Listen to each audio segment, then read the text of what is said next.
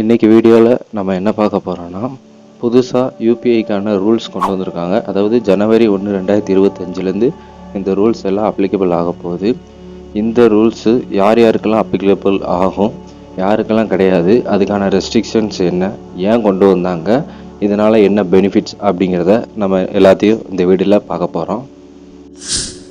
UPI அப்படிங்கிறது சின்ன பெட்டி கடையிலேருந்து பெரிய பெரிய சூப்பர் மார்க்கெட் வரை நம்ம எல்லாருமே யூஸ் பண்ணுறதுனால இப்போ யூபிஐங்கிறது யாராலையுமே தவிர்க்க முடியாத ஒன்றா மாறிட்டு வந்திருக்கு.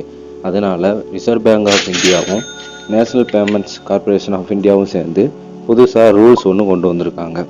இது எந்த யூபிஐ கஸ்டமரும் சரி, பேங்காக இருந்தாலும் சரி, கண்டிப்பாக இதை ஃபாலோ பண்ணி தான் ஆகணும். இதை ஃபாலோ பண்ணாமல் யாராலையும் இருக்க முடியாது.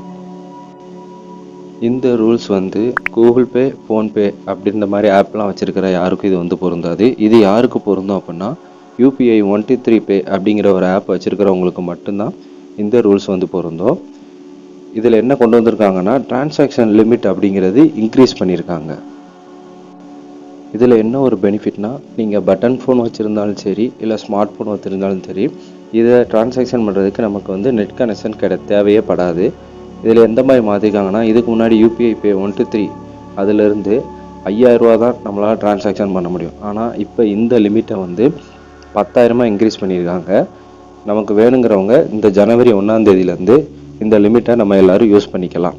இதுக்கு முன்னாடி டிசம்பர் 31 வரைக்கும் எல்லா பேங்குக்கும் டைம் லிமிட் கொடுத்துருந்தாங்க. கண்டிப்பாக எல்லோரும் நீங்கள் மாற்றி ஆகணும்னு சொல்லி ஜனவரி 1லேருந்து இந்த ரூல்ஸ் எல்லாம் அமலுக்கு வருது. இதுக்கு முன்னாடி யூபிஐ வேலெட் லிமிட் அப்படிங்கிறது 2000 இருந்ததை இப்போ 5000 மாற்றிருக்காங்க. அதே மாதிரி இதுக்கு முன்னாடி ஒரு டிரான்சாக்ஷனுக்கு நம்மளால் 500 ரூபா மட்டும்தான் பண்ண முடியும். இப்போ அந்த டிரான்சாக்ஷனோட லிமிட்டை 1000 இன்க்ரீஸ் பண்ணியிருக்காங்க. இந்த யூபிஐ 123 பேக்கு எந்த சார்ஜஸும் அவங்க பிடிக்கிறதே கிடையாது.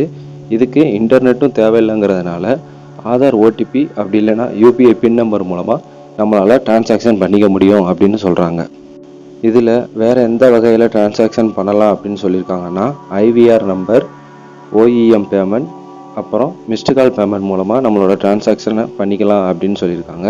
இது யாருக்கெல்லாம் யூஸ் ஆகும்னா, இப்போ திடீர்னு டேட்டா கார்டு தீர்ந்து போச்சு, நெட்டு கிடைக்கல அப்படிங்கிற இடத்துல இதெல்லாம் நம்ம யூஸ் பண்ணி. எதுக்காக இந்த ஆப்புக்கு இவங்க இவ்வளோ ரூல்ஸ் எல்லாம் கொண்டு வர்றாங்கன்னா, இப்போ இருக்கிற டிஜிட்டல் வேர்ல்டில் நிறையா சைபர் கிரைம் அட்டாக் நடக்கிறதுனால, ஸோ அதை தவிர்க்கிறதுக்காகவும் இந்த மாதிரி ரூல்ஸ் எல்லாம் ஆர்பிஐ கொண்டு வர்றாங்க. உங்களில் எத்தனை பேர் இந்த ஆப்பை யூஸ் பண்ணுறீங்க அப்படிங்கிறத கமெண்ட் பண்ணுங்கள். அதில் உங்களோட பாசிட்டிவ் அண்ட் நெகட்டிவ் கமெண்ட்ஸ் ரெண்டையுமே பதிவு பண்ணுங்கள். மேலும் இதே மாதிரி உங்களுக்கு நிறைய வீடியோக்கள், தகவல்கள் வேணும்னா மறக்காமல் நம்ம சேனலை சப்ஸ்கிரைப் பண்ணிவிட்டு ஃபாலோ பண்ணுங்கள்.